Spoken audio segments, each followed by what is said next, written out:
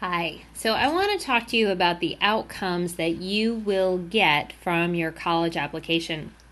There's a few of them. The first, which we're hoping for, is that you will be accepted. And then it will be your decision whether or not to attend a school. The second thing that can happen is you can be deferred. So a deferral happens when you apply early action or early decision. And when you are deferred, you are then moved into the regular decision pool. So you start out, you apply early, you say, hey, I'd really like to go here, and they look at your application and they think, I don't know, you may or may not be a good fit. So we're going to look at you in context with the rest of the applicant pool that comes in. Then there's another option, which is to be waitlisted. And when you are waitlisted, you are moved to a list of students who can then, if there's an opening, you can potentially become one of the people selected. And then finally, there is being rejected, where a school says, no, thank you. You're not who we're looking for. So let's talk about all those. Accepted obviously makes sense. You get in, you decide whether or not to go. Deferred is the next one, and deferred is kind of an interesting one. So when you're deferred, I just pulled this article up, and I'll have a link to it.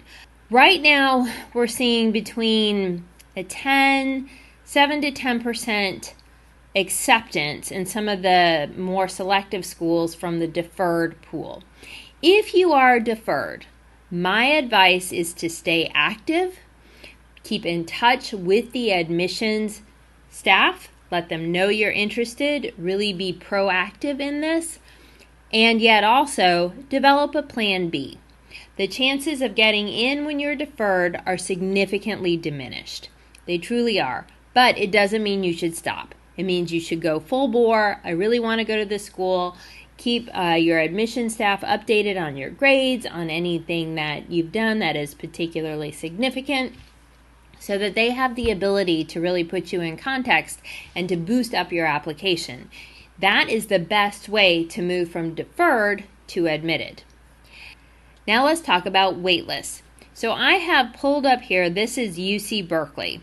And what I want you to see is, and I talk about it in other videos too, what happens on a waitlist. So a waitlist, you'll see a number of students qualifying for a waitlist, 7,531. Number saying, hey, we want to be on the waitlist, about 4,000. And the number who got off the waitlist, about 1,000. In my opinion, with numbers like this, you should get on the waitlist because they're taking 25% of the people, which is fairly significant. But here's where it gets weird. You can see that the number of students who are admitted totaling around 14,000. So almost half that number was put or given the option to go on a wait list.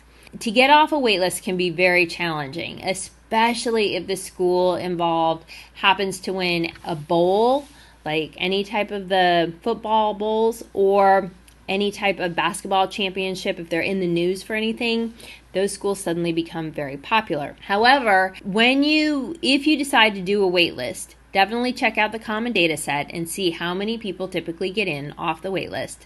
But also, you need to have another plan. You need to assume you're not going to get off the wait list. Same advice applies for deferred as for being waitlisted. If you are on the wait list, stay in touch. Continue to let the admissions department know you are super interested. If you know their representative, make sure you are in contact with them. The wait lists tend to move in May because May is usually the deadline we see for schools saying, hey, are you going to come here or not? And then they have a good sense of their numbers. And once they have a good sense of their numbers, they'll know whether or not to go to the wait list.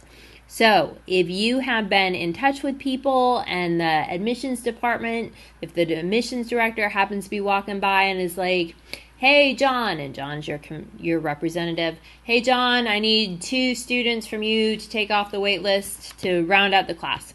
John's going to be like, oh, yes, I've been talking to Jose. Jose is awesome. Please take Jose off. He would be my first choice.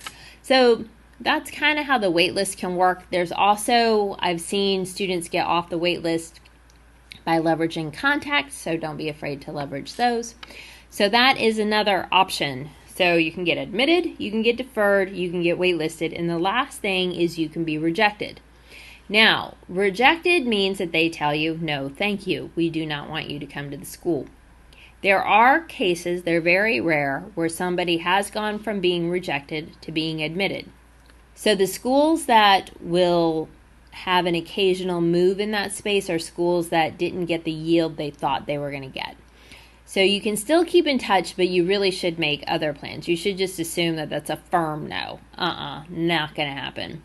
Nonetheless, still your dream school. Just say, I'm, disappointed that I was rejected, and if it's all right with you, I may circle around back in May to see if you all have had any changes. And you can just leave it at that.